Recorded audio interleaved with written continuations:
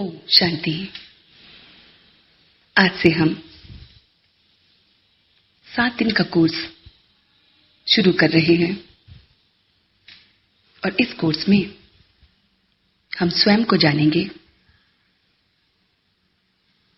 और इसकी शुरुआत के लिए सबसे पहले कुछ ऐसी बातों पर गौर डालते हैं जो हम रोज दिन प्रतिदिन महसूस करते हैं। जैसे मनुष्य अपने जीवन में कई पहेलियां हल करते हैं और इसके फलस्वरूप इनाम भी पाते हैं, परंतु इस छोटी सी पहेली का हल कोई नहीं जानता, और वो है कि मैं कौन हूं। ये तो हर एक मनुष्य सारा दिन में मैं करता रहता है, परंतु यदि उससे पूछा जाए कि मैं कहने वाला कौन है, तो वो सिर्फ यही कहेगा कि मैं कृष्णचंद हूं या मैं लालचंद हूं। परंतु सोचा जाए तो वास्तव में ये तो शरीर का नाम है। शरीर तो मेरा है, मैं तो शरीर से अलग हूं। तो ये है वो विशेष बात जिस पे हमें अपना परिचय लेना है कि मैं और मेरे में अंतर। ये शरीर मेरा है, मैं ये शरीर नहीं हूं। बस इस छोटी से पहेली का प्रैक्टिकल हल ना जानने कारण, अर्थात स्वयं को ना जानने के कारण आज सभी मनुष्य देह अभिमानी हैं और सभी काम, क्रोध आदि विकारों के वश में आकर दुखी हो रहे हैं। अब परमपिता परमात्मा कहते हैं कि आज मनुष्य में घमंड तो इतना है कि वह समझता है कि मैं सेठ हूं, मैं स्वामी हूं, मैं अफसर हूं, परंतु उसमें अज्ञान इतना है कि वो स्वयं को ही नहीं जानता कि मैं कौन हूं। ये सृष्टि रूपी खेल आदि से अंत तक कैसे बना हुआ है, मैं इसमें कहां से आया, कब आया, कैसे सुख शांति का राज्य गवाया, तथा परमपिता परमात्मा कौन है, कहां रहते हैं, इन रहस्यों को कोई भी नहीं जानता। अब जीवन की इस पहेली को हम फिर से जानने आए हैं, फिर से जानकर देही अभिमानी बनने आए हैं, और फिर इसके फलस्वरूप नर को श्री नारायण और नारी को श्री लक्ष्मी पद की प्राप्ति होती है और मनुष्य को मुक्ति तथा जीवन मुक्ति मिल जाती है। वह संपूर्ण पवित्रता, सुख एवं शांति को पा लेता है। तो जब कोई मनुष्य दुखी और अशांत होता है तो वह प्रभु से ही पुकार कर कहता है कि हे दुख हरता, हे सुख करता, हे शांतिदाता प्रभु, मुझे शांति दो। विकारों के वशीभूत मुझे शांति दो, मुझे पवित्र बनाओ, विषय विकार मिटाओ, पाप हरो देवा। ये आरती हमने कई बार सुनी है। हे प्रभु जी, हम सबको शुद्धताई दीजिए, दूर करिए हमारी हर बुराई को, भलाई दीजिए। परंतु परमपिता परमात्मा विकारों तथा बुराइयों को दूर करने के लिए जो ईश्वरीय ज्ञान देते हैं तथा जो सहज राजयोग सिखाते हैं, प्राय मनुष्य उससे अपरिचित है और वह इसके व्यवहारिक रूप में धारण भी नहीं करता है। तो परमपिता परमात्मा हमारा पद प्रदर्शन करते हैं और हमें सहायता भी देते हैं, परंतु पुरुषार्थ तो हमें स्वतः ही करना होगा।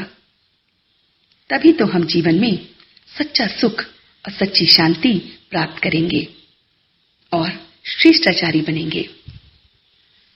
आगे परमपिता परमात्मा द्वारा उद्घाटित ज्ञान एवं सहज राजयोग बताया गया है तथा साथ साथ इसके बारे में सारे रहस्य समझाए भी गए हैं। इन्हें पढ़ने से आपको बहुत से नए ज्ञान रत्न मिलेंगे। अब प्रैक्टिकल रीति से राजयोग का अभ्यास सीखेंगे और जीवन दिव्य बनाएंगे। आप इस प्रजापिता ब्रह्म कुमारी ईश्वरीय विश्वविद्यालय के किसी भी सेवा केंद्र पर पधार कर निःशुल्क भी ये लाभ उठा सकते हैं। तो सर्वप्रथम हम आज का जो विषय है परिचय का, उसमें हमने क्या क्या जाना, क्या क्या पाया, उस पर एक छोटी सी मेडिटेशन करके उसको याद करते हैं। अपने आप को एकदम शांत करके बैठें और देखें कि ये जो कुछ भी मैंने सुना या पढ़ा या देखा, ये किसके बारे में है, ये किसके परिचय के बारे में बात चल रही है। क्या ये परिचय मेरे पास है? और अगर नहीं है तो मैं इसे क्यों नहीं प्राप्त करता?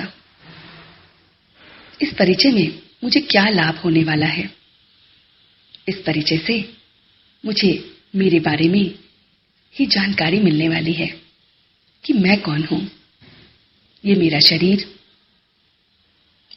या मैं अलग है कि नहीं। ये सारी बातों के राज मुझे इस परिचय से मिलेंगे। सुख, शांति जिसको मैं ढूंढ रहा हूं, वो अवश्य ही इस परिचय से मुझे मिलेगा। तो क्यों ना मन को शांत करके मैं इसकी और गहराइयों में जाऊं, इसको और प्राप्त करूं, ताकि ये मेरा जीवन का लक्ष्य बन जाए। सुख, शांति, आनंद स्वयं में प्राप्त कर औरों को दूं। तो आइए अब अपनी यात्रा को आरंभ करते हैं। ओम शांति, ओम शांति, ओम शांति, ओम शांति। आइए अब इस रूहानी यात्रा को आगे बढ़ाते हैं, अपने इस परिचय के चक्र को और आगे बढ़ाते हैं। और आज का जो टॉपिक है, आत्मा क्या है और मन क्या है, इसके बारे में बातचीत करते हैं। आप सारे दिन की बातचीत में मनुष्य प्रतिदिन न जाने कितनी बार मैं शब्द का प्रयोग करता है, परंतु ये एक आश्चर्य की बात है कि प्रतिदिन मैं और मेरा शब्द का अनेक बार प्रयोग करने पर भी मनुष्य यथार्थ रूप में यह नहीं जानता कि मैं कहने वाला सत्ता का स्वरूप क्या है, ये मैं का स्वरूप क्या है। अर्थात मैं शब्द जिस वस्तु का सूचक है वह क्या है।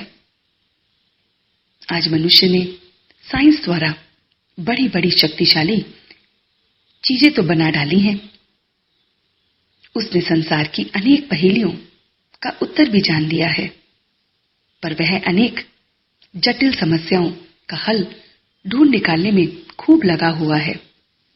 परंतु मैं कहने वाला कौन है, इसके बारे में वह सत्ता को नहीं जानता, उस सत्यता को नहीं पहचानता, अर्थात वह स्वयं को नहीं पहचानता। आज किसी मनुष्य से पूछा जाए कि आप कौन हो, तो वह झट अपने शरीर का नाम बता देगा, अथवा जो धंधा करता है उसका नाम बता देगा। वास्तव में मैं शब्द शरीर से भिन्न चेतन सत्ता आत्मा का सूचक है। मनुष्य जीव आत्मा है और शरीर को मिलाकर बनता है। जैसे शरीर 5 तत्वों से बना होता है, जल, वायु, अग्नि, आकाश और पृथ्वी से ये शरीर बना है, वैसे ही मैं आत्मा किस चीज से बनी हूं? आत्मा बनी है मन, बुद्धि और संस्कार से। आत्मा में ही विचार करने की, निर्णय लेने की शक्ति है, तथा वह जैसे कर्म करती है उसी के अनुसार उसके संस्कार बनते हैं। आत्मा एक चेतन एवं अविनाशी ज्योति बिंदु है, जो कि मानव देह के भ्रिकुटी में विराजमान रहती है। तो देखिए, आत्मा एक अविनाशी ज्योति बिंदु है, ज्योति प्रकाश है, जो भ्रिकुटी में निवास करती है। जो हमारी मस्तक पर दो भुएं हैं, उसके बीच में जहां तिलक लगाते हैं, वहां आत्मा निवास करती है। जैसे रात्रि को आकाश में जगमगाता हुआ तारा एक बिंदु सा दिखाई देता है, वैसे ही दिव्य दृष्टि द्वारा आत्मा भी तारे की तरह दिखाई देती है। इसलिए एक प्रसिद्ध पद में कहा है, भ्रिकुटी में चमकता है एक अजब तारा। आत्मा का वास भ्रिकुटी में होने के कारण मनुष्य गहराई से सोचता है। सोचते समय वह अपने हाथ को यहीं लगाता है। जब वह यश कहता है कि मेरे तो भाग्य फूट गया है, तो वो अपने माथे पर ही हाथ मारता है। आत्मा का यहां वास होने के कारण भक्त लोग यहां भी बिंदी और तिलक लगाते हैं। यहां आत्मा का संबंध मस्तिष्क से जुड़ा है और मस्तिष्क का संबंध सारे शरीर में फैले ज्ञान तत्वों से जुड़ा हुआ है। आत्मा ही में पहले संकल्प उठता है और फिर मस्तिष्क और तत्वों में प्रकट होता है। आत्मा ही शांति अथवा दुख का अनुभव करती है, निर्णय लेती है और उसी में संस्कार बनता है। अतः मन और बुद्धि आत्मा से अलग नहीं है, परंतु आज आत्मा स्वयं को भूलकर देह स्त्री, पुरुष, बूढ़ा, जवान इत्यादि मान बैठी है। यह देह अभिमान ही दुख का कारण है। उपरोक्त रहस्य को मोटर के ड्राइवर के उदाहरण द्वारा स्पष्ट किया जाता है। शरीर मोटर के समान है। देखिए कि यह शरीर एक मोटर के समान है तथा आत्मा इसका ड्राइवर है। अर्थात जैसे ड्राइवर मोटर का नियंत्रण करता है, इसी प्रकार आत्मा शरीर का नियंत्रण करती है। आत्मा के बिना शरीर चल नहीं सकता, जैसे ड्राइवर के बिना मोटर चल नहीं सकती।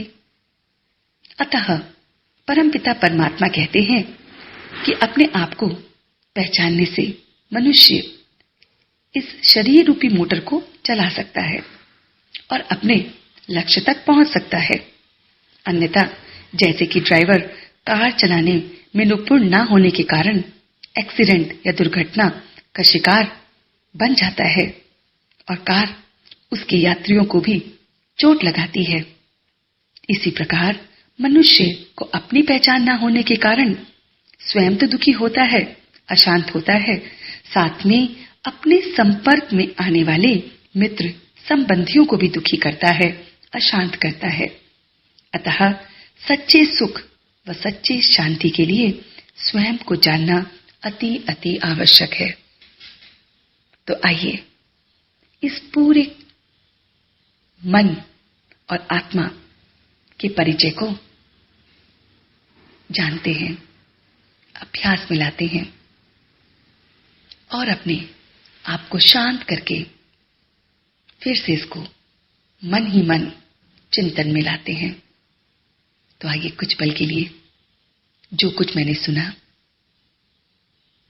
आत्मा क्या है, मन क्या है, इसके बारे में एक छोटी सी मेडिटेशन करते हैं। स्वयं को एकदम शांत करके बैठें और सोचें कि आज मैंने क्या पाया है। आज मैंने मैं के बारे में जाना है कि मैं कौन हूं। मैं आत्मा हूं। मैं आत्मा इस पूरे शरीर का संचालन करती हूं। ये शरीर एक कार की तरह है। जैसे कार का संचालन ड्राइवर करता है, ऐसे ही मैं इस शरीर का ड्राइवर हूं। और मैं ड्राइवर अपनी कार को किस प्रकार चलाऊंगा, उस पे मेरी यात्रा सारी की सारी निर्भर करती है। तो मैं अपनी इस गाड़ी को बहुत अच्छी तरह चला रहा हूं और चला सकता हूं, और उसके लिए मुझे अपने ऊपर ध्यान देना है। मुझे स्वयं को भी खुश रखना है और दूसरों को भी, ताकि इस यात्रा में कोई मेरे कारण दुखी और अशांत ना हो। तो आज मैंने ये जाना कि मैं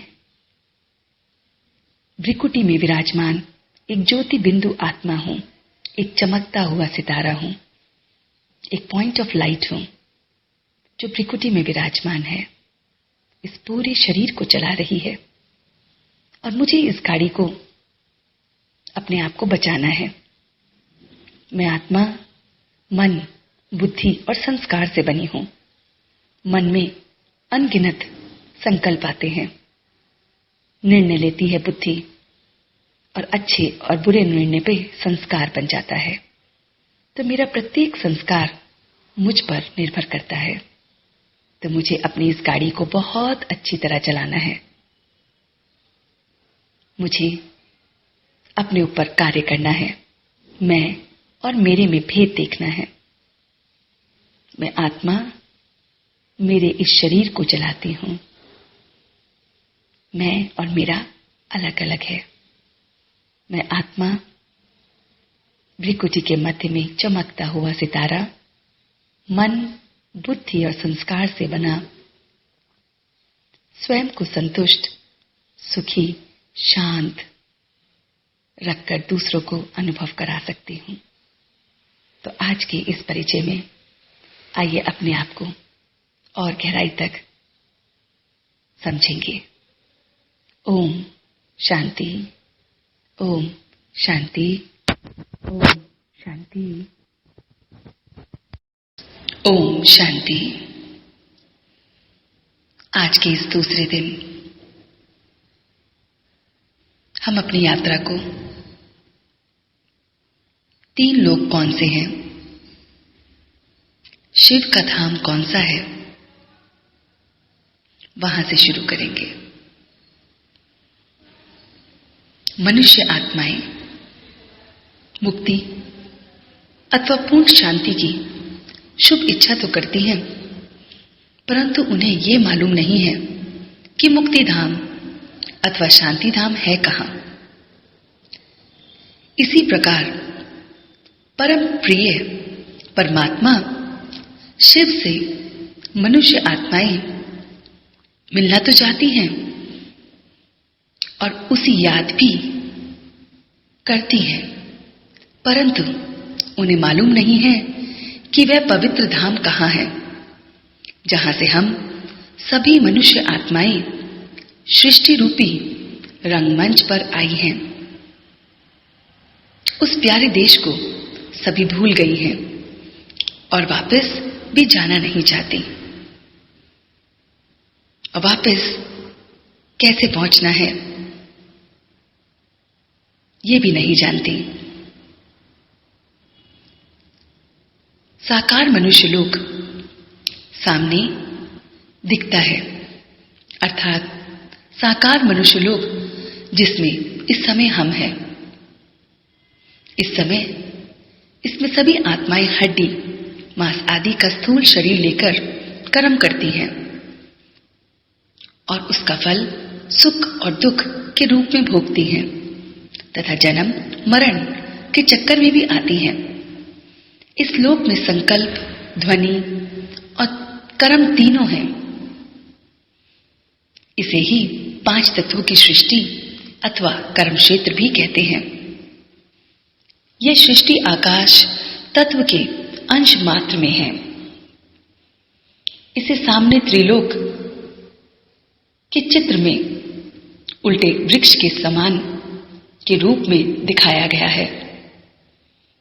क्योंकि इसके बीज रूप परमात्मा शिव है, जो कि जन्म मरण से न्यारे और ऊपर रहते हैं। सूक्ष्म देवताओं का लोक दूसरा है। इस मनुष्य लोक के सूर्य तथा तारागण के पार आकाश तत्व के भी पार एक सूक्ष्म लोक है, जहां प्रकाश ही प्रकाश है। इस प्रकाश के अंश मात्र में ब्रह्मा, विष्णु तथा महादेव शंकर की अलग अलग पुरियां हैं। इन देवताओं के शरीर हड्डी मांस आदि के नहीं, बल्कि प्रकाश के हैं। इन्हें दिव्य चक्षु द्वारा ही देखा जा सकता है। यहां दुख अथवा अशांति नहीं होती। यहां संकल्प तो होते हैं और क्रियाएं भी होती हैं और बातचीत भी होती है, परंतु आवाज नहीं होती। तीसरा लोक है ब्रह्मलोक और परलोक।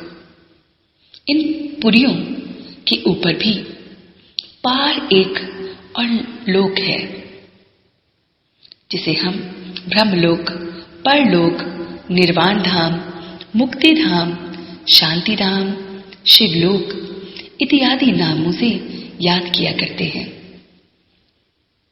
इसमें सुनहरे लाल रंग का प्रकाश फैला हुआ है, जिसे भी ब्रह्म तत्व, छठा तत्व अथवा महातत्व भी कहा जाता है।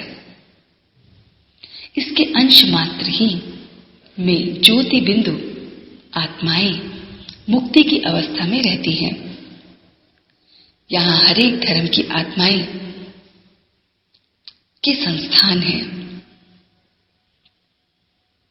उन सभी के ऊपर सदा मुक्त चैतन्य ज्योति बिंदु स्वरूप परमात्मा सदाशिव का निवास स्थान है। इस लोक में मनुष्य आत्माएं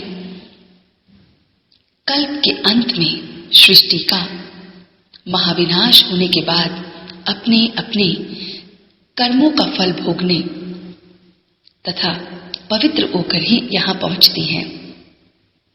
यहां मनुष्य आत्माएं देह बंधन, कर्म बंधन तथा जन्म मरण से रहित होती हैं। यहां ना संकल्प है, ना वचन है, ना कर्म है। इस लोक में परम पिता परमात्मा शिव के सिवा अन्य कोई गुरु इत्यादि नहीं ले जा सकता। इस लोक में जाना ही अमरनाथ, रामेश्वरम अथवा विश्वेश्वरनाथ की सच्ची यात्रा करना है, क्योंकि अमरनाथ परमपिता शिव यहीं रहते हैं। अब आते हैं कि अपने निराकार परमपिता परमात्मा और उनके दिव्य गुणों पर।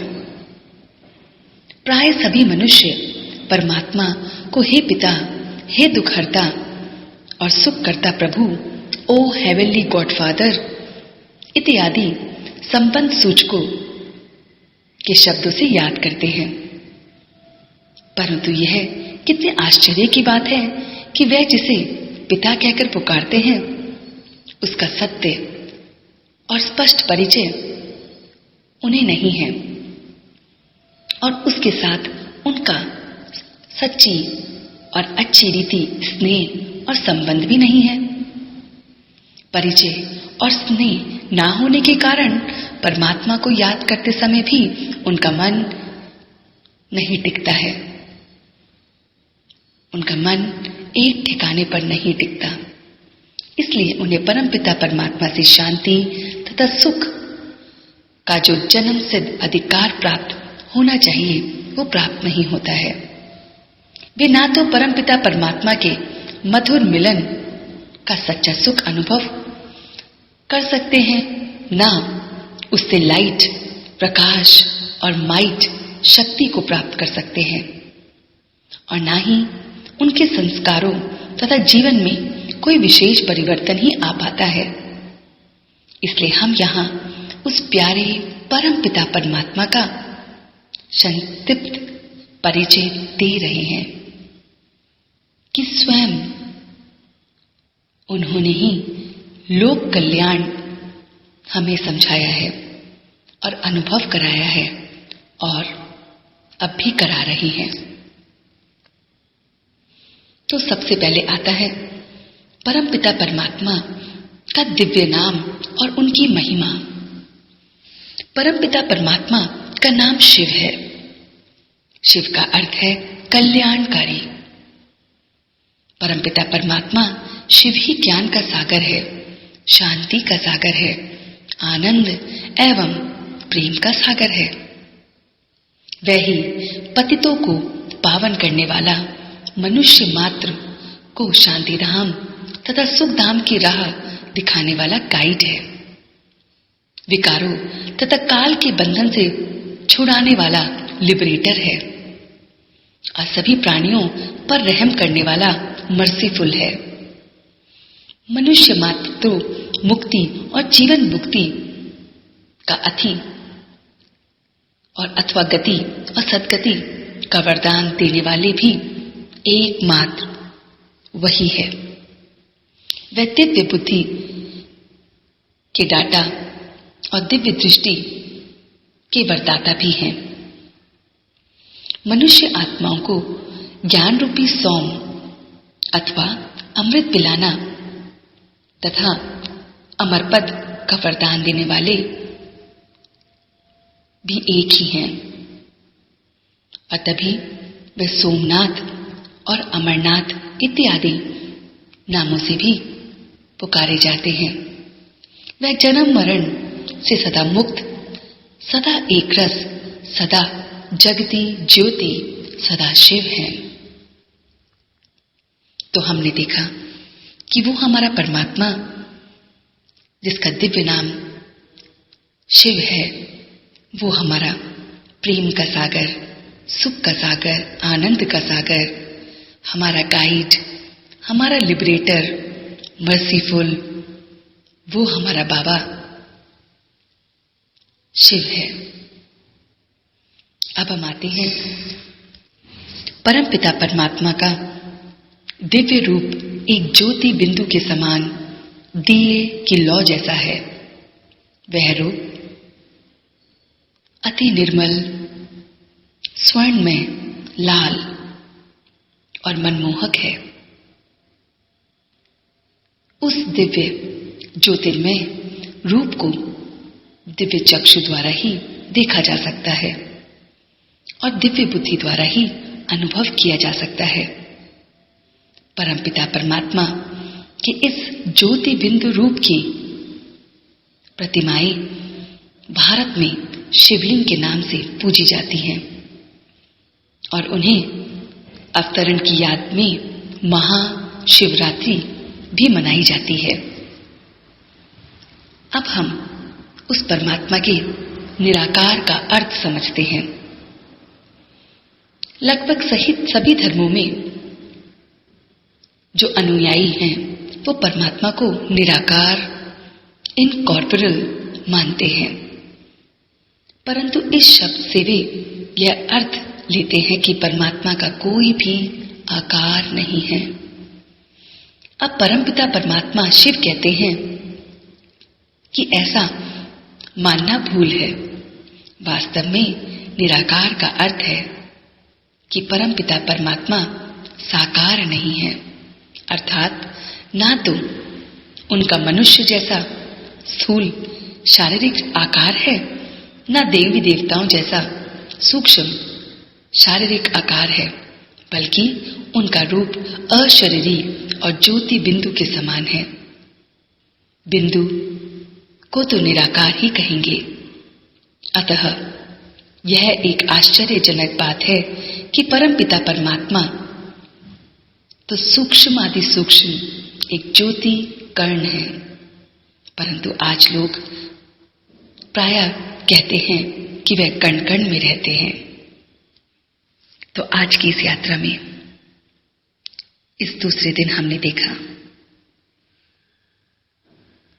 कि परमपिता परमात्मा ने कैसे हमें तीनों लोकों का परिचय दिया।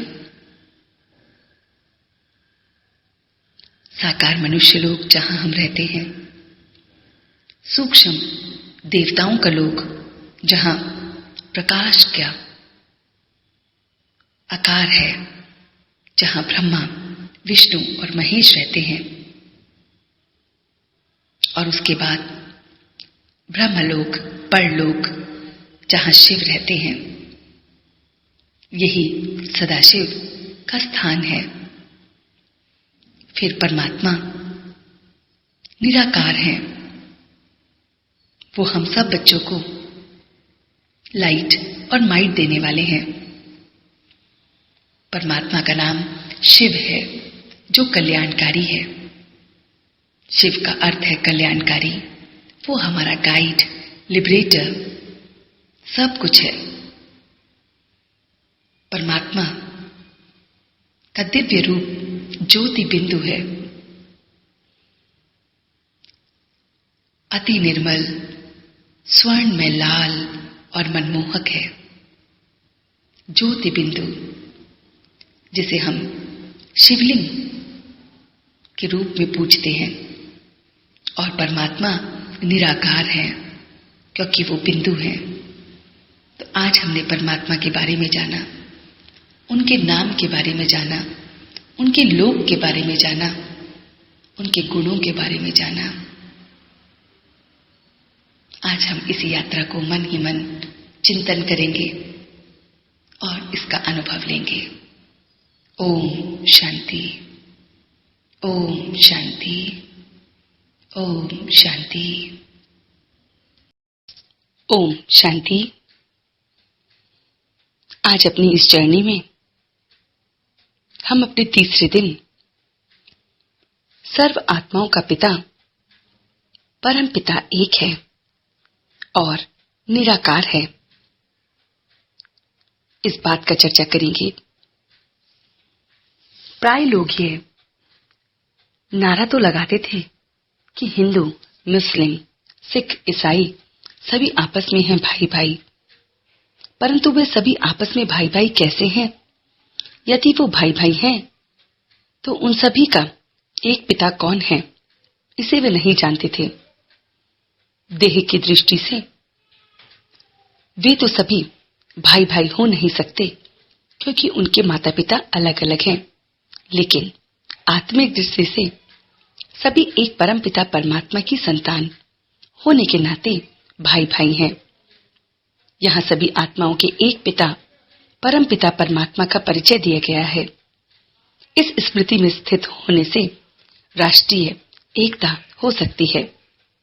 प्रायः सभी धर्मों के लोग कहते थे कि परमात्मा एक है और सभी का पिता है और सभी मनुष्य आपस में भाई भाई हैं।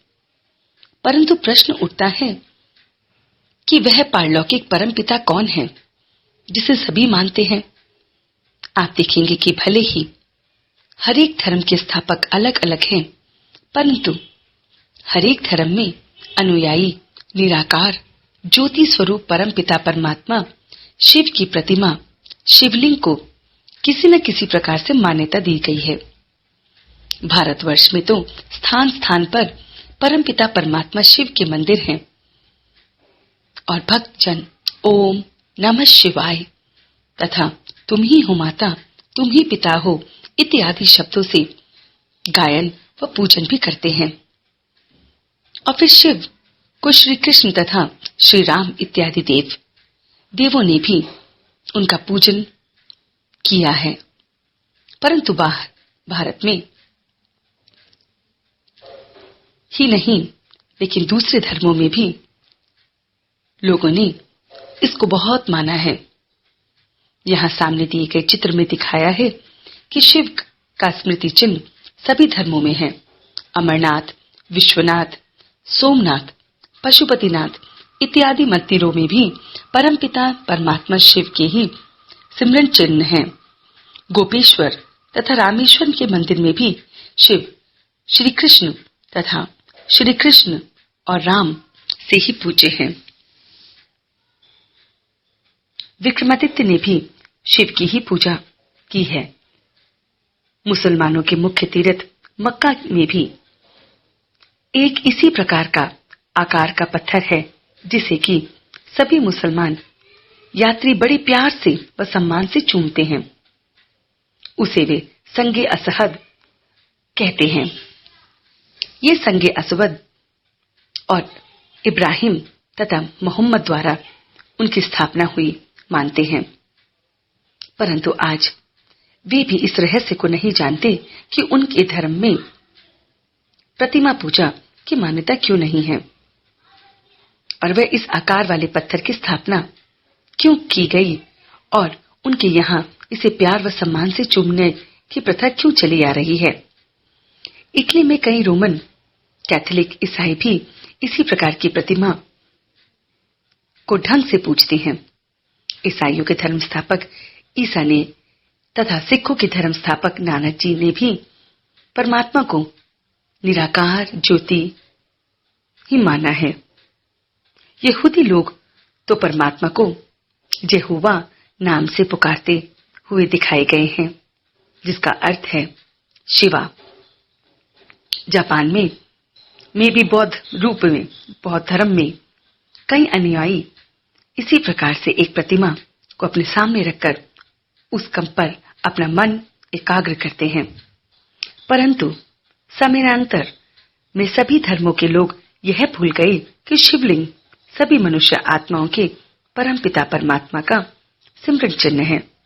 यदि मुसलमान यह बात जानते तो वे सोमनाथ के मंदिर को कभी न लूटते, बल्कि मुसलमान, ईसाई इत्यादि सभी धर्मों के अनुयायी भारत को ही परमपिता परमात्मा की अवतार भूमि मानकर उसे अपना सबसे मुख्य तीर्थ मानते और इस प्रकार संसार का इतिहास ही कुछ और होता।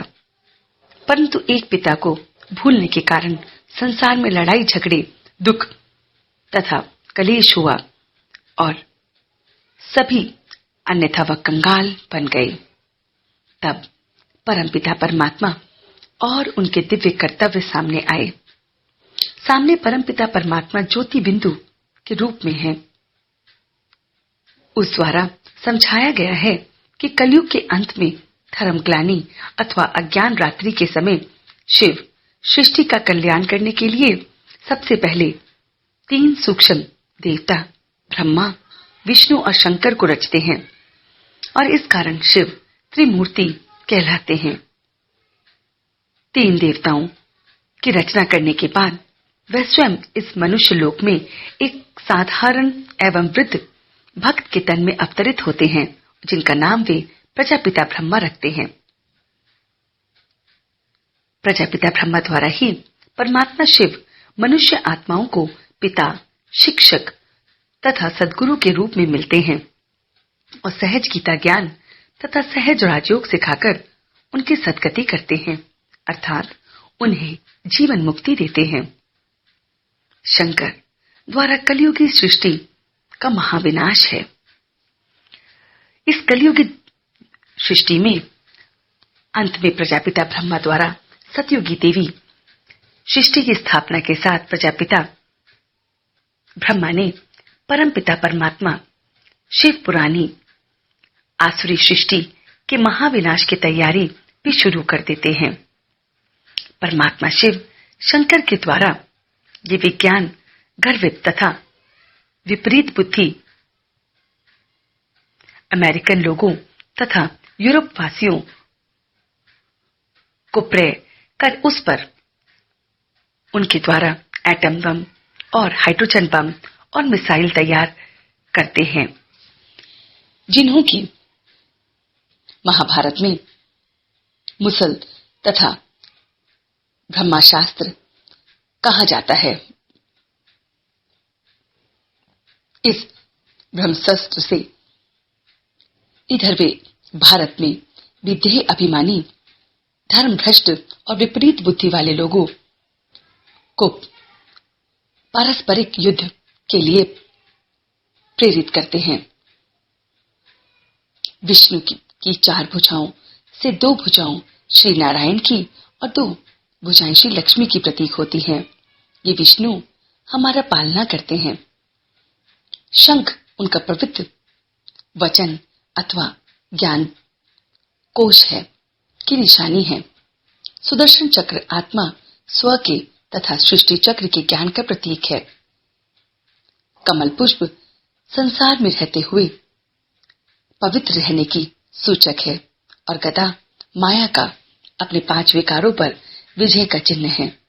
अतः मनुष्य आत्माओं के सामने विष्णु चतुर्भुज का लक्ष्य रखते हुए परमपिता परमात्मा शिव समझाते हैं कि इन अलंकारों को धारण करने से अर्थात इनके रहस्य को अपने जीवन में उतारने से नर श्री नारायण और नारी श्री लक्ष्मी पद को प्राप्त करते हैं। अर्थात मनुष्य 2 ताजों वाले देवी व देवताओं पद पद लेते हैं।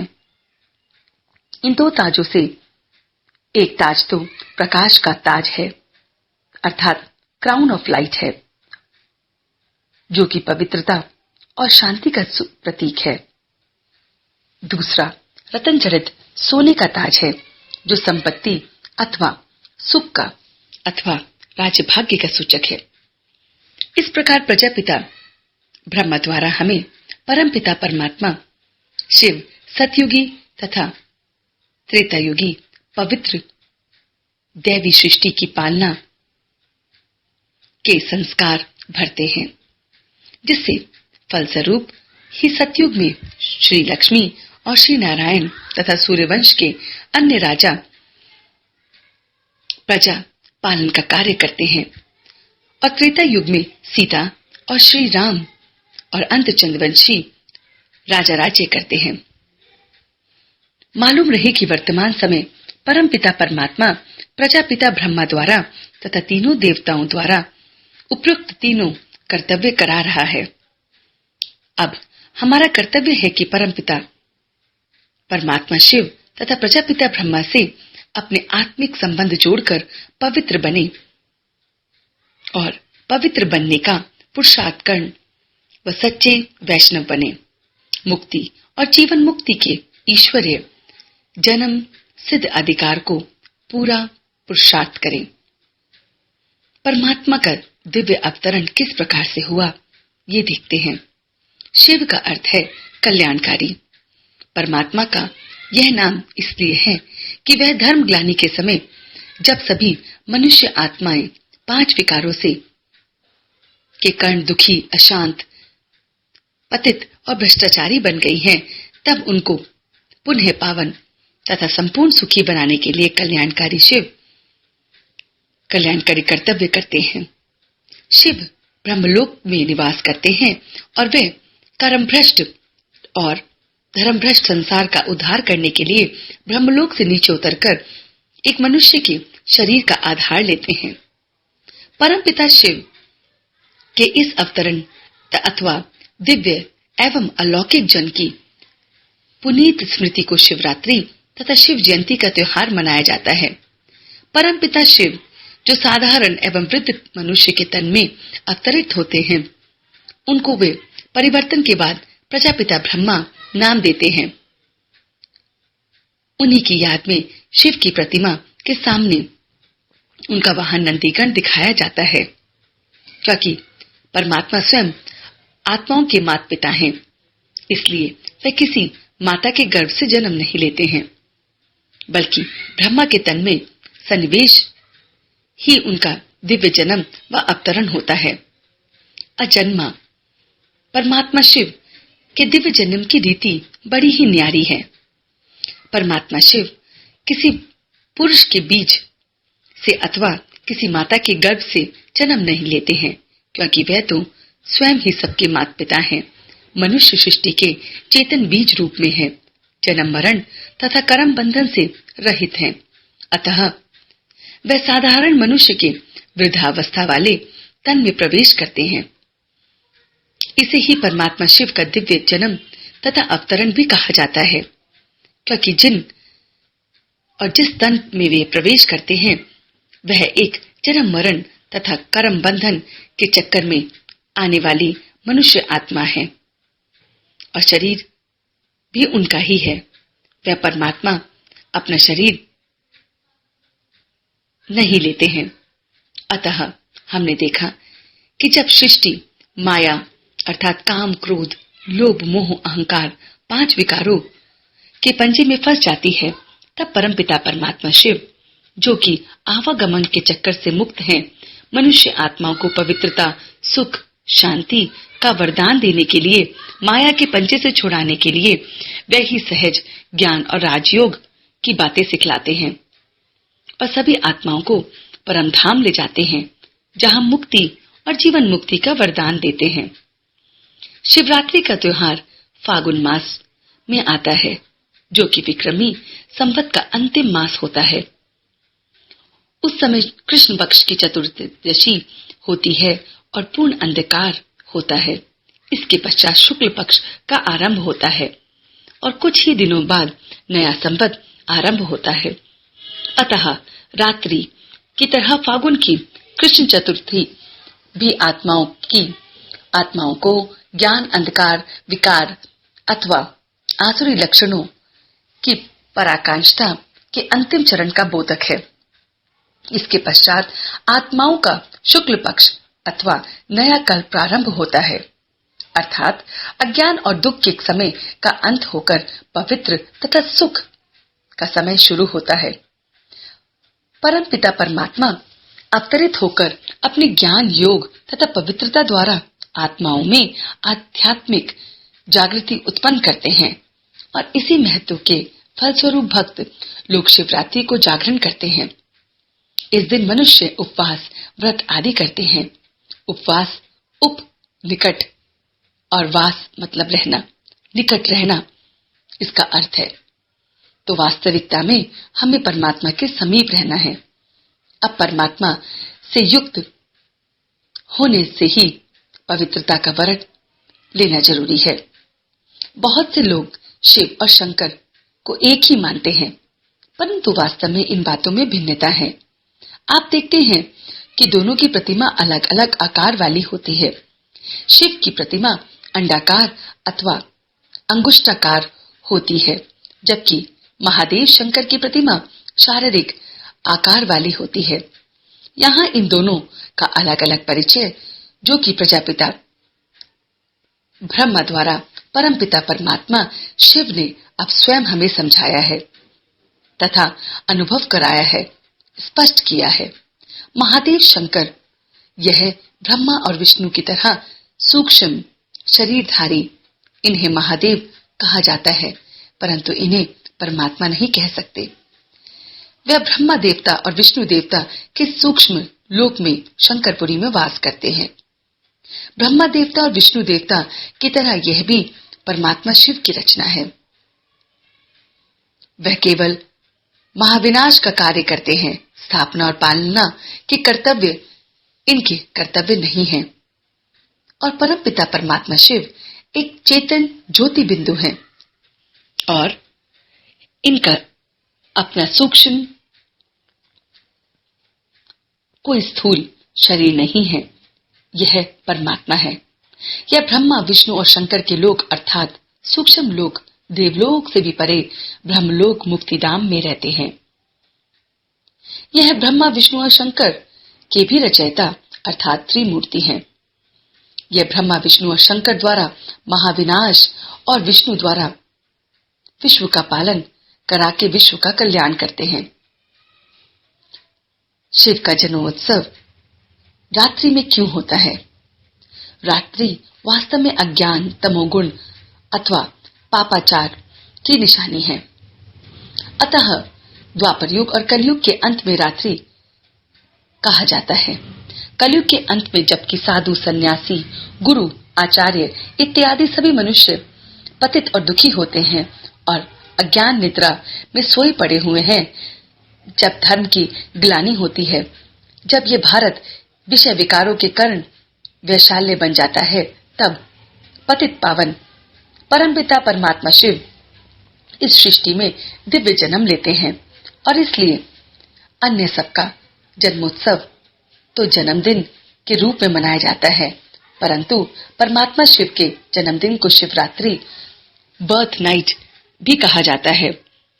अतः यहाँ चित्र में जो कालिमा अंधकार दिखाया गया है वह अज्ञानता का अंधकार है, वो विकारों का अंधकार है। ज्ञान सूर्य शिव के प्रकट होने से सृष्टि से अज्ञानता तथा विकारों का नाश होता है। जब इस प्रकार अवतरित होकर ज्ञान सूर्य परमपिता परमात्मा शिव ज्ञान प्रकाश देते हैं तो कुछ ही समय में ज्ञान का प्रभाव सारे विश्व में फैल जाता है और कलयुग तथा तमोगुण के स्थान पर संसार में सतयुग और सतोगुण की स्थापना होती है और अज्ञान अंधकार का विनाश होता है। सारे कल्प में परमपिता परमात्मा के एक अलौकिक जन्म से थोड़े ही समय में ये सृष्टि वैशाल्य से बदलकर शिवालय बन जाती है। नर से नारायण और नारी से लक्ष्मी पद प्राप्त होता है। इसलिए शिवरात्रि हीरे तुल्य है। परमात्मा सर्वव्यापक नहीं है। एक महान भूल है कि परमात्मा सर्वव्यापक नहीं है। यह कितने आश्चर्य की बात है कि आज एक और जो लोग परमात्मा को माता पिता और पतित पावन मानते हैं और दूसरे कहते हैं कि परमात्मा सर्वव्यापक है, अर्थात वे ठिक्कर पत्थर सर्प बिच्छू वाहर मगरमच्छ चोर और डाकू में सभी में रहते हैं। ओहो, अपने परम प्यारे परम पावन परमात्मा के लिए ये कहना कि वह कुत्ते बिल्ली में सभी में रहते हैं, ये कितनी बड़ी भूल है। ये कितना बड़ा पाप है। जो पिता हमें मुक्ति और जीवन मुक्ति की विरासत देते हैं, हमें पतित से पावन बनाते हैं, उनके लिए ये कहना कितना बड़ा दोष है। यदि परम पिता परमात्मा सर्वव्यापी होते तो उसके शिवलिंग रूप में पूजा क्यों होती? यदि वे यंत्र तत्व तंत्र सर्वत्र होते तो दिव्य जन्म कैसे लेते? मनुष्य उनके अवतरण के लिए उन्हें क्यों पुकारते? शिवरात्रि का त्योहार क्यों मनाया जाता? यदि परमात्मा सर्वव्यापक होते तो गीता ज्ञान कैसे देते? और गीता में लिखे हुए उनके यह महावाक्य कैसे सत्य सिद्ध होते कि मैं परम पुरुष पुरुषोत्तम अहम, मैं सूर्य और तारागण के प्रकाश की पहुंच से परे परम धाम का वासी हूँ और ये सृष्टि एक उल्टे वृक्ष के समान है और मैं बीज रूप ऊपर रहता हूँ। यह तो मान्यता है कि परमात्मा सर्वव्यापी है। इससे भक्ति, ज्ञान, योग इत्यादि सभी का खंडन हो गया है, क्योंकि यदि ज्योति स्वरूप भगवान का कोई नाम और रूप नहीं तो ना उससे संबंध जोड़ा जा सकता है और ना ही उसके प्रति स्नेह और भक्ति भी प्रकट की जा सकती है और ना ही उसके नाम और कर्तव्य की चर्चा की जा सकती है। जबकि ज्ञान का तो अर्थ ही नाम, रूप, धाम, गुण, कर्म, स्वभाव, संबंध इसमें आना होता है। अतः परमात्मा को सर्वव्यापक मानने के कारण आज मनुष्य मन मना भव और मामेकम शरण प्रज की ईश्वर राज्ञा पर नहीं चल रहे हैं, अर्थात बुद्धि में एक ज्योति स्वरूप परमात्मा शिव को याद धारण नहीं कर सकते हैं और स्नेह संबंध नहीं जोड़ सकते हैं, बल्कि उनका मन भटकता रहता है। परमात्मा चैतन्य है, वह तो हमारे परम पिता परमात्मा है। पिता तो कभी सर्वव्यापी नहीं होते। अतः परम पिता परमात्मा को सर्वव्यापी मानने से ही नर नारी योग भ्रष्ट और पतित होते जा रहे हैं। उस परम पिता परमात्मा की पवित्रता, सुख, शांति रूपी विरासत से वंचित हो दुखी तथा अशांत हो रहे हैं। अतः स्पष्ट है कि भक्तों का यह तो कथन है कि परमात्मा तो घट-घट का वासी है, इसका भी शब्दार्थ लेना ठीक नहीं है। वास्तव में गत अथवा हृदय को प्रेम एवं याद का स्थान माना गया है। द्वापर युग के शुरू के लोगों में ईश्वर भक्ति अथवा प्रभु में आस्था एवं श्रद्धा बहुत थी। कोई बिरला ही ऐसा व्यक्ति होगा जो परमात्मा को ना मानता हो। अतः उस समय भाव विभोर भक्त यह समझते थे कि ईश्वर तो घट-घट में वासी है, अर्थात उसे तो सभी याद और प्यार करते हैं और सभी के मन में ईश्वर का चित्र रहता है। इन शब्दों का अर्थ ये लेना स्वयं ईश्वर के हृदय में बस जाना, यही सबसे बड़ी भूल है कि इन शब्दों का अर्थ यह लेना कि स्वयं ईश्वर ही सबके हृदय में बस रहा है, ये सबसे बड़ी भूल है। तो हमने देखा कि कैसे हम उस परमपिता परमात्मा के सर्वव्यापक होने को पहचाना कि वो सर्वव्यापक नहीं है। कैसे उन परमात्मा ने शिवरात्रि पर आकर इस अंधकार को मिटाया, कैसे शिव और शंकर में अंतर है, और इस प्रकार कैसे शिव का दिव्य जन्म की रीति शिवरात्रि मनाई गई है। उनके दिव्य अवतरण को हमने देखा। हमने ब्रह्मा, विष्णु और महेश को भी सूक्ष्म लोक में देखा और सर्व आत्माओं का पिता परम पिता परमात्मा एक ही निराकार स्वरूप है, वो भी देखा। तो आइए इन बातों का मनन चिंतन करेंगे ताकि ये बातें हमारे इस बुद्धि में आ जाएं। ओम शांति, ओम शांति, ओम शांति, ओम शांति। आज अपने इस छठे दिन अपनी इस यात्रा को और आगे बढ़ाते हैं और देखते हैं कि सर्वशास्त्र शिरोमणि श्रीमद् भगवत गीता का ज्ञानदाता कौन है। ये कितने आश्चर्य की बात है कि आज मनुष्य मात्र को यह भी नहीं मालूम कि परम प्रिय परम पिता परमात्मा शिव, जिन्हें हम ज्ञान का सागर, कल्याणकारी मानते हैं, वह कौन है। भारत में यद्यपि गीता ज्ञान को भगवान द्वारा दिया हुआ ज्ञान माना जाता है, जो आज भी सभी लोग सही मानते हैं। गीता गाया श्री कृष्ण के द्वापर युग के अंत में युद्ध के मैदान में अर्जुन के रथ पर सवार होकर दिया गया ज्ञान है।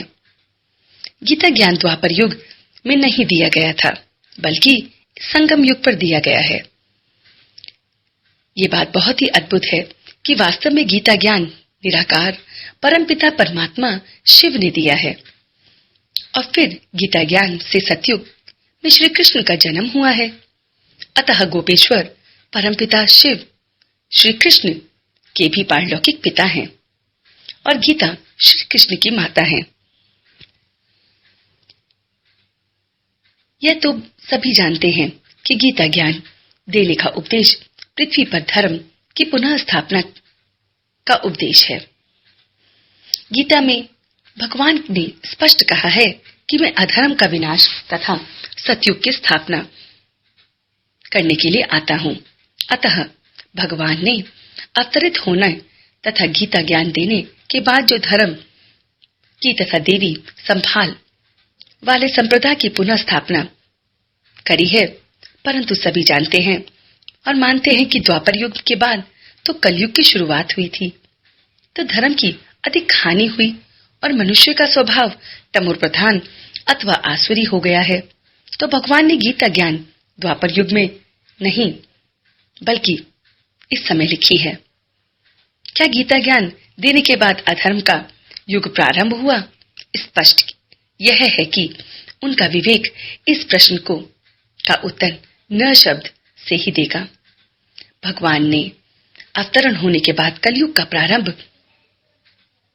मानना तो भगवान की ग्लानि करना है, अर्थात भगवान का यथार्थ परिचय तो यह है कि वह अवतरण होकर पृथ्वी को आसुरों और आसुरी खेलों से बचाते हैं और यहाँ धर्म का पूर्ण कलाओं सहित स्थापन करके तथा नर को श्री नारायण मनुष्य की सद्गति कराते हैं। भगवान की सृष्टि के बीज रूप है, तो स्वरूप में इस धरती पर उनके आने के पश्चात ही सृष्टि, वृक्ष इत्यादि सतयुगी सृष्टि की स्थापना होती है। इसके अतिरिक्त यदि द्वापर के अंत में गीता ज्ञान दिया गया तो कलयुग के तमोर प्रधान काल में तो सभी प्रारब्ध ही होना चाहिए। आज भी आप सीखते हैं कि दिवाली के दिन श्री लक्ष्मी का आह्वान करने से भारतवासी अपने घरों को साफ सुथारते हैं, दीपक जलाते हैं और इससे स्पष्ट है कि अपवित्रता और अंधकार वाले स्थान पर जो देवता अपने चरण भी नहीं धरते हैं। अतः श्री कृष्ण का अर्थात श्री लक्ष्मीपति श्री नारायण का जन्म द्वापर में मानना महान भूल है। उनका जन्म तो सतयुग में हुआ था और उनके सभी मित्र संबंधी प्रकृति प्रधान, सत्व प्रधान एवं दिव्य थे और सभी का आत्मरूपी दीपक जलाया हुआ था। अतः इससे स्पष्ट है कि श्री कृष्ण ही द्वापर में हुए, श्री कृष्ण ही द्वापर युग में हुए और ना कि श्री गीता ज्ञान द्वापर युग के अंत में दिया गया, बल्कि निराकार परमपिता परमात्मा शिव ने कलयुग के अंत में सतयुग के आदि के संगम समय पर दुर्गम इस ग्लानि के समय पे ब्रह्मा के तन में आकर दिव्य ज्ञान दिया। गीता ज्ञान देकर सतयुग की श्री कृष्ण श्री नारायण के स्वराज्य की स्थापना की और श्री कृष्ण के तो अपने माता पिता शिक्षक थे, परंतु गीता ज्ञान सर्व आत्माओं के माता पिता शिव ने दिया। आज परमात्मा के दिव्य स्वरूप, दिव्य जन्म और रथ के स्वरूप को न जानने कारण लोगों की ये मान्यता दृढ़ है कि श्री गीता ज्ञान श्री कृष्ण ने अर्जुन के रथ पर सवार होकर लड़ाई के मैदान में दिया था। आप ही सोचिए, जबकि अहिंसा को धर्म का परम लक्षण माना गया है, जबकि धर्मात्मा अथवा महात्मा लोग न हो अहिंसा का पालन करते, अहिंसा की शिक्षा देते, तब क्या भगवान न भला किसी हिंसक युद्ध के लिए किसी को शिक्षा देते? जबकि लौकिक पिता भी अपने बच्चों को यह शिक्षा देते हैं कि परस्पर ना लड़ो, तो ये सृष्टि के परम पिता शांति के सागर परमात्मा ने मनुष्य को परस्पर लड़ाया होगा? यह तो कदापि नहीं हो सकता। भगवान तो देवी स्वरूप, देवी स्वभाव वाले संप्रदाय की सर्वोत्तम धर्म की स्थापना करने गीता ज्ञान देते हैं और उससे तो मनुष्य राग, द्वेष, हिंसा, क्रोध इत्यादि पर विजय प्राप्त करता है।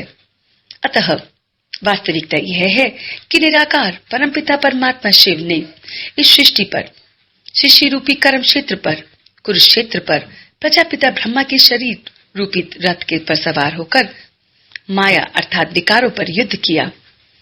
परंतु लेखन में यह बताया है और चित्र में भी बताया है कि शरीर को रथ के रूप में अंकित करके प्रजापिता ब्रह्मा की आत्मा को भी उस रथ में एक मनुष्य अर्जुन के रूप में चित्रित किया है। बाद में वास्तविक रहस्य लुप्त हो गया और स्थूल अर्थ ही प्रचलित हो गया। संगम युग में भगवान शिव ने जब प्रजापिता ब्रह्मा के तन में इस रथ में अवतरित होकर ज्ञान दिया, धर्म की स्थापना की, तब इसके पश्चात कलयुगी सृष्टि का महाविनाश हो गया और सतयुग स्थापन हुआ। अतः सर्व महान परिवर्तन के बाद यह वास्तविक रहस्य सामने आया। फिर जब द्वापर युग में भक्ति काल में गीता लिखी गई, बहुत पहले संगम में यह हो चुका था और इसका रूपांतर व्यास ने वर्तमान काल का प्रयोग करके किया, तो समय अनुसार समयांतर में गीता ज्ञान को ही व्यास के जीवन काल में अर्थात द्वापर युग में दिया गया, ज्ञान मान लिया और यह भूल संसार की सबसे बड़ी भूल थी।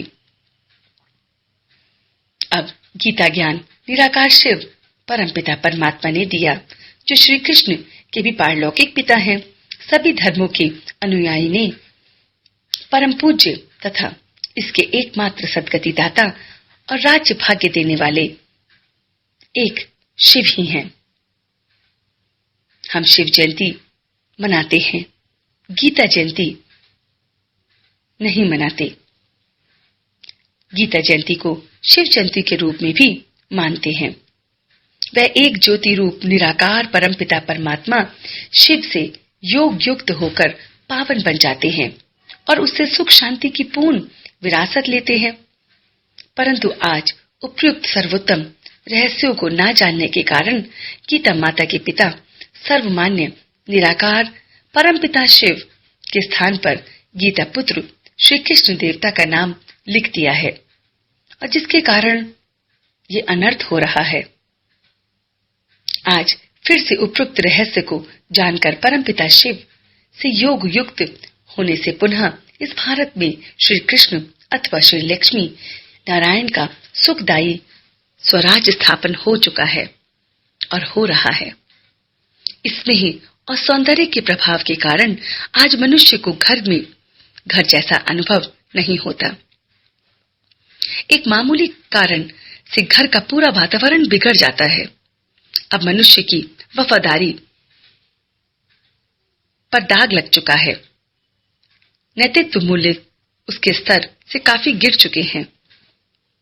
कार्यालय हो या व्यवसाय, घर हो या रसोई, अब हर जगह संबंधों को सुधारने, स्वयं को उसमें ढालने और मिलजुल पर चलने की जरूरत है। अपनी स्थिति को निर्दोष एवं संतुलन बनाए रखने के लिए हर मानव को आज बहुत मनोबल इकट्ठा करने की आवश्यकता है और इसके लिए योग बहुत ही सहायक है। जो ब्रह्मा कुमार है वे दूसरों को शांति का मार्ग दर्शाने एक सेवा अथवा अपना कर्तव्य समझते हैं। ब्रह्मा कुमार जन जन को ये ज्ञान दे रहे हैं कि शांति पवित्र जीवन का फल एक है और पवित्रता एवं शांति के लिए परमपिता परमात्मा का परिचय और उनके साथ मान का नाता जोड़ना जरूरी है। अतः वह उन्हें राजयोग केंद्र अथवा ईश्वरीय मनन चिंतन केंद्र पर पधारने के लिए आमंत्रित करते हैं, जहां उन्हें ये आवश्यक ज्ञान दिया जाता है कि राजयोग का अभ्यास कैसे करें और जीवन को कमल पुष्प के समान कैसे बनाएं। इस ज्ञान और योग को समझने का फल यह होता है कि कोई कार्यालय में काम कर रहा है या रसोई में कार्यरत है या मनुष्य शांति के सागर परमपिता परमात्मा के साथ स्वयं का संबंध स्थापन कर सकता है। इस समय का श्रेष्ठ परिणाम यह होता है कि सारा परिवार प्यार और शांति के सूत्र में पिरोया जाता है और सभी वातावरण में आनंद एवं शांति का अनुभव करते हैं और अब वह परिवार एक सुख शांति संगठन परिवार के रूप में है। दिव्य ज्ञान के द्वारा मनुष्य विकार तो छोड़ देता है और गुण धारण कर लेता है। इसलिए जिन मनोबल की जरूरत होती है वह मनुष्य को योग से मिलता है।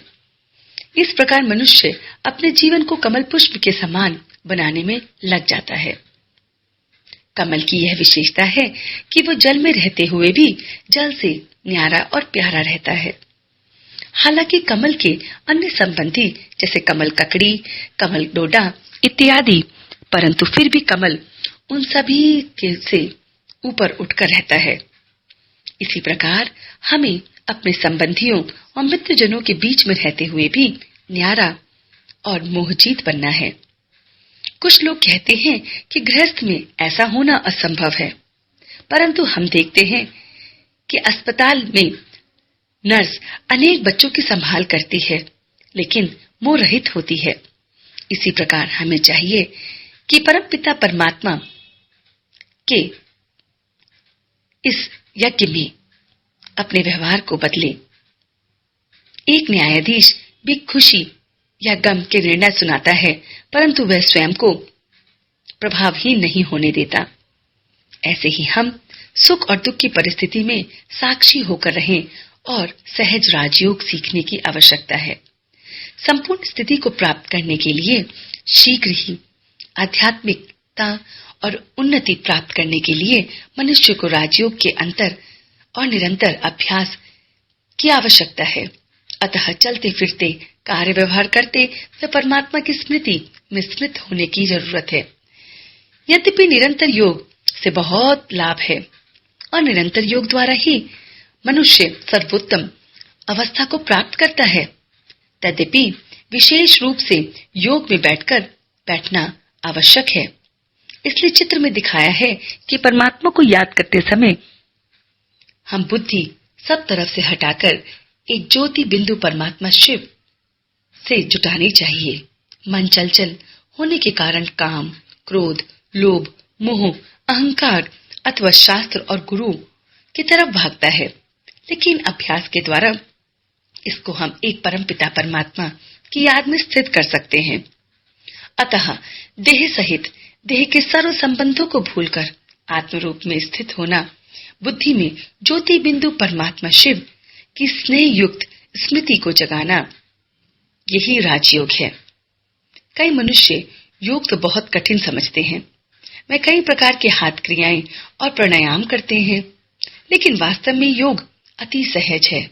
जैसे एक बच्चे को अपने देहधारी पिता की सहज ही याद आती है और स्वतः ही वो याद कर लेता है, ऐसे ही हमें यह सोचना है कि मैं आत्मा हूँ, मैं ज्योति बिंदु परम पिता शिव की अविनाशी संतान हूँ, जो परम पिता ब्रह्मलोक के वासी हैं, शांति के सागर हैं, आनंद के सागर हैं। मैं उनकी संतान हूँ। ऐसा मनन करते हुए मन को ब्रह्मलोक में परम पिता शिव पर स्थित करना चाहिए और परमात्मा के दिव्य गुणों और कर्तव्यों का ध्यान करना चाहिए।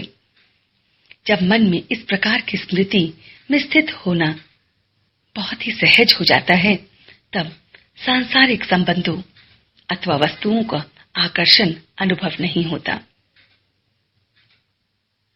आज बहुत से लोग कहते हैं कि हमारा मन परमात्मा की स्मृति में नहीं टिकता अथवा हमारा योग नहीं लगता, क्योंकि हम आत्मनिश्चित होकर नहीं बैठते हैं। आत्मनिश्चय में स्थित नहीं होते। आप जानते हैं कि जब बिजली के दो तारों को जोड़ना होता है, तब उसके ऊपर के रबड़ को हटाकर करंट आता है।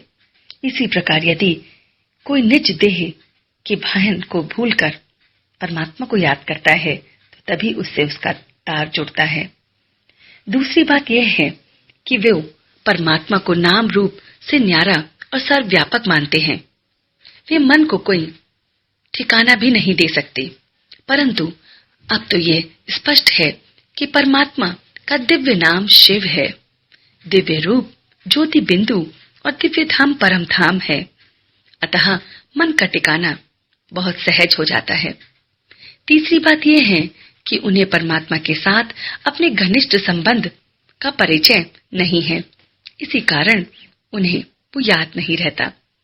वास्तव में योग का अर्थ है ज्ञान के सागर, शांति के सागर, आनंद के सागर, प्रेम के सागर, सर्वशक्तिवान पतित पावन परमात्मा शिव के साथ आत्मा का संबंध जोड़ना ही ज्ञान है, योग है, ताकि आत्मा को भी शांति, आनंद, प्रेम, पवित्रता, शक्ति और दिव्य गुणों की आदत हो। योग के अभ्यास के कारण उसे आचरण संबंधी कुछ नियमों का अथवा दिव्य अनुशासन का पालन करना है, क्योंकि योग का उद्देश्य मन को शुद्ध करना, दृष्टिकोण में परिवर्तन लाना, मनुष्य के चित्त को सदा प्रसन्न, हर्षित रखना। दूसरे शब्द में योग की उच्च स्थिति किन्हीं आधार मूर्त स्तंभों पर टिकी है। इसमें से एक है ब्रह्मचार्य या पवित्रता। योगी शारीरिक सुंदरता या भासता भोग की ओर आकर्षित होता है, जो कि नहीं करना चाहिए, क्योंकि उसकी दृष्टिकोण बदल जाता है। वह आत्मा की सुंदरता को ही पूर्ण महत्व नहीं देता। उसका जीवन ब्रह्मचार्य शब्द के वास्तविक अर्थ में ढलना है, अर्थात उसका मन ब्रह्मा में स्थित होता है। वह देह की उपेक्षा विदेही आत्माभिमानी अवस्था में रहता है। अतः वह सबको भाई भाई के रूप में देखता है और आत्मिक प्रेम व संबंध का ही आनंद लेता है। यह आत्मिक स्थिति और ब्रह्मचार्य इसे ही महान शारीरिक शक्ति, कार्य क्षमता, नैतिक बल और आत्मिक शक्ति देते हैं। यह उसके मनोबल को बढ़ाता है और उसे निर्णय शक्ति, मानसिक संतुलन और कुशलता देता है। दूसरा महान महत्व है, स्तंभ है सात्विक आहार। मनुष्य जो आहार खाता है उससे उसके मस्तिष्क पर प्रभाव पड़ता है। इसलिए योगी मांस, अंडे, पेय और तंबाकू नहीं लेते। अपना पेट पालने के लिए अन्य जीवों की हत्या नहीं करते हैं। वह पहले भगवान को भोग लगाते हैं, तब प्रसाद के रूप में ग्रहण करते हैं। भगवान द्वारा स्वीकृत वह भोजन उनकी मन की शांति और पवित्रता देता है। जैसा अन्न वैसा मन कहावत सिद्ध होता है। तीसरा स्तंभ जो है वो है सत्संग। जैसे संग वैसा रंग। इस कहावत के अनुसार योगी सदा इस बात का ध्यान रखते हैं कि सत्य चित्त आनंद स्वरूप परमात्मा के साथ का संग ही बना रहे। वह कभी भी कुसंग में अथवा बुरे विचारों में ना फंसे। वह एक ही प्रभु की याद में लीन रहे। चौथा स्तंभ है दिव्य गुण। योगी सदा अन्य आत्माओं को भी अपने गुण, दिव्य गुणों, विचारों तथा तब दिव्य कर्मों की सुगंध की अगरबत्ती की तरह सुगंधित करता है, ना कि आसुरी स्वभाव, विचार और कर्मों के वशीभूत होता है। विनम्रता, संतोष, हर्षित मुक्ता, गंभीरता, अंतर्मुक्ता, सहनशीलता और अन्य दिव्य गुण योग का प्रमुख आधार है। योगी स्वयं को इन गुणों को धारण करता है और साथ ही अन्य दुखी, भूली भटकी, अशांत आत्माओं को गुणों का दान देता है। उनके जीवन को सच्ची सुख शांति प्रदान करता है। इन नियमों को पालन करने से मनुष्य सच्चा योगी जीवन बिता सकता है तथा रोग, शोक, दुख, अशांति सभी भूतों के बंधन से छूट जाता है। राजयोग के अभ्यास से अर्थात मन का नाता परमपिता परमात्मा से जोड़ने से अविनाशी सुख शांति की प्राप्ति होती है। हमें शक्तियां मिलती हैं और उसमें से 8 मुख्य और महत्वपूर्ण शक्तियां हैं। इसमें से सबसे पहले सिकोड़ने और फैलाने की शक्ति है। जैसे कछुए अपने अंगों को जब चाहे सिकोड़ लेता है और जब चाहे फैला लेता है, वैसे ही राजयोगी जब चाहे अपनी इच्छा अनुसार कर्मेंद्रियों के द्वारा कर्म करता है और जब चाहे विदेही होकर शांत हो जाता है। दूसरी शक्ति है समेटने की शक्ति। इस संसार को अगर हम देखें तो हम जानते हैं कि व्यवहारिक जीवन में वह इतना तो विस्तार कर लेता है कि अपने कार्य बुद्धि को समेटना चाहता है और फिर भी नहीं समेट पाता है, जबकि योगी अपनी बुद्धि से इस विशाल दुनिया में ना फैला होने के कारण परमपिता परमात्मा में अपनी बुद्धि को स्थित कर लेता है।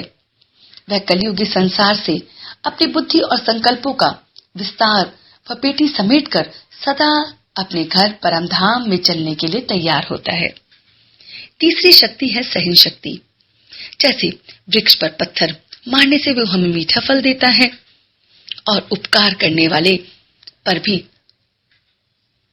उपकार करता है, अपकार करने वाले पर भी उपकार करना ये सहन शक्ति का प्रतीक है। चौथी शक्ति है समाने की शक्ति। योग के अभ्यास से मनुष्य की बुद्धि विशाल बनती चली जाती है। मनुष्य गंभीरता और मर्यादाओं का गुण धारण करता है। थोड़ी सी खुशियां, मान, पद पाकर अभिमानी नहीं बनता। वह समुद्र की तरह सब कुछ समा लेता है, अपने दैवी कुल की मर्यादा में बंधा रहता है। गंभीर अवस्था में रहकर दूसरों आत्माओं को, अवगुणों को ना देखते हुए केवल उनके गुणों को धारण करता है। जो अगली शक्ति है वो है परखने की शक्ति। जैसे जौहरी हीरे को परख लेता है, ऐसे ही हम बच्चे सच्चाई या झूठ को आसानी से परख सकते हैं। तो सदा सच्चे ज्ञान रत्नों को ही अपनाएं। अज्ञानता के झूठे कंकड़ पत्थरों में अपनी बुद्धि को ना फंसने दे। जो अगली शक्ति है वो है निर्णय शक्ति। निर्णय शक्ति हमें परमात्मा ही देते हैं। वह व्यर्थ संकल्पों और परचिंतन से मुक्त होकर सदा शुभ चिंतन में लगाने को ही कहते हैं। और आखिरी शक्ति है सामना करने की शक्ति। यदि उसके सामने कोई निकट संबंधी की मृत्यु, आपदा आ जाए तो भी वो अपने आप को विचलित ना करे और अन्य आत्माओं को ज्ञान प्रकाश देता रहे। इसी प्रकार से हमारे अंदर है सहयोग की शक्ति, ईश्वरीय सेवा की शक्ति, तन मन धन से करने की शक्ति, जिस कारण से कलयुगी पहाड़ को उठाने में अपने पवित्र जीवन रूपी उंगली देकर स्वर्ग की स्थापना के पहाड़ समान कार्य में सहयोगी बनते हैं। राज्यों की इस यात्रा से स्वर्ग की ओर दौड़ राजयोग के निरंतर अभ्यास से मनुष्य को अनेक प्रकार की शक्तियां प्राप्त होती हैं। इन शक्तियों के द्वारा ही मनुष्य सांसारिक रुकावटों से पार अपने आध्यात्मिक मार्ग की तरफ चलता है। आज मनुष्य अनेक प्रकार के रोग, शोक, चिंता और परेशानियों से ग्रस्त है। इससे निकलकर स्वर्ग में जाना हर एक प्राणी चाहता है। काम, क्रोध, लोभ, मोह, अहंकार उसके रास्ते में मुख्य बाधा डालते हैं। पुरुषोत्तम संगम युग में ज्ञान सागर परमपिता परमात्मा सहज राजयोग की शिक्षा देकर हमें हमारे 5 विकारों से जीतना सिखाते हैं। नरक से स्वर्ग में जाने के लिए पहले पहले मनुष्य को काम विकार की ऊंची दीवार को पार करना पड़ता है, जिसमें नुकीले शीशे की बाड़ लगी होती है। सको पार करके वह देह अभिमान के कारण सफलता को नहीं प्राप्त करता है, लेकिन अपनी आयुष को उसे पवित्र दृष्टि बनानी है। दूसरे भयंकर विघ्न है क्रोध, जो अग्नि चक्र के रूप में दिखाया है। क्रोध के वश में आकर वो सब कुछ जला देता है। ईर्ष्या, द्वेष, घृणा विकारों का समावेश हो जाता है और इस बाधा से वह स्वधर्म में स्थित नहीं हो सकता। लोभी मनुष्य को सत्पथ पर चलने नहीं देता। लोभी मनुष्य को कभी भी शांति नहीं मिलती। स्वर्ग की प्राप्ति के लिए मनुष्य को धन व खजाने की लालच नहीं करनी चाहिए, उस आकर्षण से परे रखना है। मोह भी एक ऐसा बंधन है जो मनुष्य को बांध कर रखता है। कड़े बंधनवश अपने धर्म व कार्य को भूल जाता है। नष्ट मोहा हमें बनना है।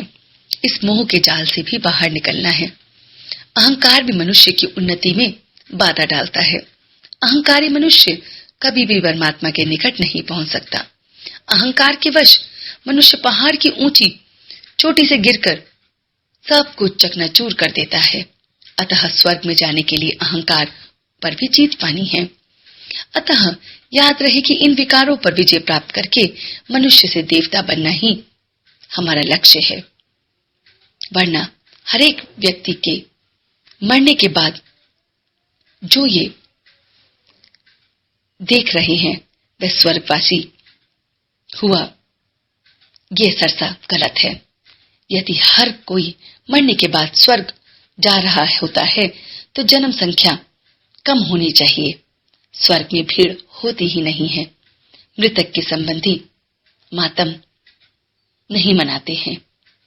तो इस प्रकार हमने आज अपने आप को जाना, अपने इस राजयोग के जीवन को जाना, अपनी इन शक्तियों को जाना, इन स्तंभों को जाना जिनके ऊपर ये राजयोग टिका हुआ है। अपनी इस राजयोग के आधार और विधि को जाना कि कैसे निरंतर योग के साथ हम अपने परमात्मा से जुड़ सकते हैं। कैसे परमात्मा ने गीता ज्ञान इस संगम पर दिया, ना कि द्वापर पर। इन सभी बातों को हम अपने मनन में, अपने चिंतन में रखेंगे। ओम शांति, ओम शांति, ओम शांति, ओम शांति। अपनी इस रूहानी यात्रा में आज 7वें दिन हम इसको और गहराई से, इस ज्ञान को और गहराई से सुनेंगे।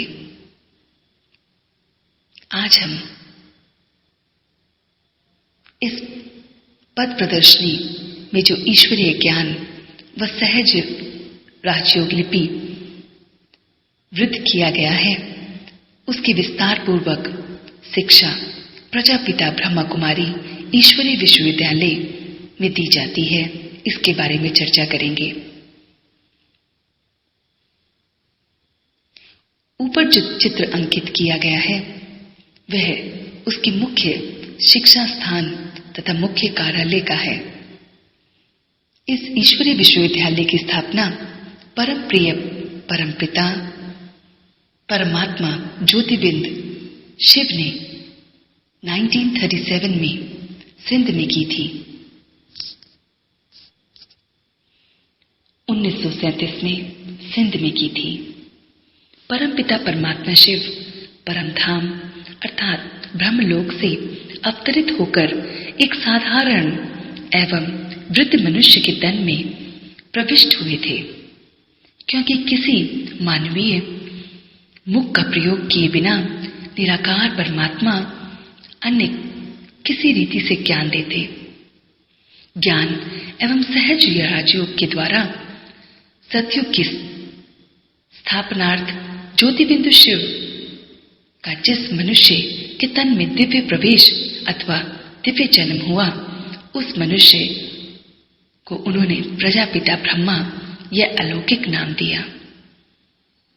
उनके मुखारबिंद द्वारा ज्ञान एवं योग की शिक्षा लेकर ब्रह्मचर्य व्रत धारण करने वाले तथा पूर्ण पवित्रता का व्रत लेने वाले नर और नारियों को क्रमशः मुख वंशावली ब्राह्मण और ब्राह्मणियां अथवा ब्रह्मा कुमार और ब्रह्मा कुमारियां कहा जाता है, क्योंकि उनका आध्यात्मिक नवजीवन ब्रह्मा के श्रीमुख द्वारा ज्ञान से हुआ।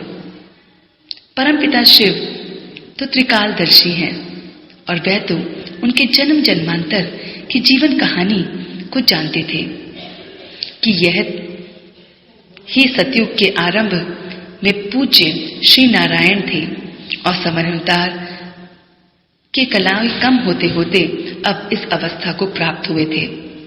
अतः इनके तन में प्रवेश होकर उन्होंने सन 1937 में इस अविनाशी ज्ञान यज्ञ की अथवा ईश्वरीय विश्वविद्यालय की 5000 वर्ष पहले की भांति पुनः स्थापना की। इन्हें प्रजापिता ब्रह्मा को ही महाभारत की भाषा में भगवान का रथ भी कहा जाता है। ज्ञान गंगा लाने के निमित्त बनने वाले भगीरथ भी और शिव वाहन नंदीगण भी कहा जाता है। जिस मनुष्य के तन में परमात्मा शिव ने प्रवेश किया, वह उस समय कलकत्ता के एक विख्यात जौहरी थे और श्री नारायण के अनन्य भक्त थे। उनमें उदारता, सर्व के कल्याण की भावना, व्यवहार कुशलता, राज कुलोचित शालीनता, प्रभु मिलन की उत्कृष्ट चाह थी। उनके संबंध राजाओं और महाराजाओं से भी थे। समाज के मुखिया के कारण असाधारण एवं निम्न वर्ग से भी उनका खूब परिचय था। अतः वह अनुभवी भी थे और उन दिनों उनकी भक्ति की पराकाष्ठा तथा वैराग्य की अनुकूल भूमिका भी थी। उनके मुख द्वारा ज्ञान एवं योग की शिक्षा लेने वाले सभी ब्रह्मा कुमार और ब्रह्मा कुमारियां में जो श्रेष्ठ थी, उनका इस अलौकिक जीवन का नाम हुआ जगदम्बा सरस्वती। वह यज्ञ माता हुई। उन्होंने ज्ञान वीणा द्वारा जन जन को प्रभु परिचय देकर उनमें आध्यात्मिक जागृति लाई। उन्होंने आजीवन ब्रह्मचार्य का पालन किया और सहज राजयोग द्वारा अनेक मनुष्य आत्माओं की ज्योति जगाई। प्रजापिता ब्रह्मा और जगदम्बा सरस्वती ने पवित्र एवं दैवी जी का आदेश उपस्थित किया। तो इस प्रकार हमने देखा कैसे ये प्रजापिता ब्रह्मा कुमारी विश्वविद्यालय की स्थापना हुई, कैसे सभी ब्रह्मा कुमार और ब्रह्मा कुमारियां बने, और आज तक कैसे इस संस्था का लालन पोषण स्वयं परमपिता परमात्मा शिव कर रहे हैं। ओम शांति, ओम शांति, ओम शांति।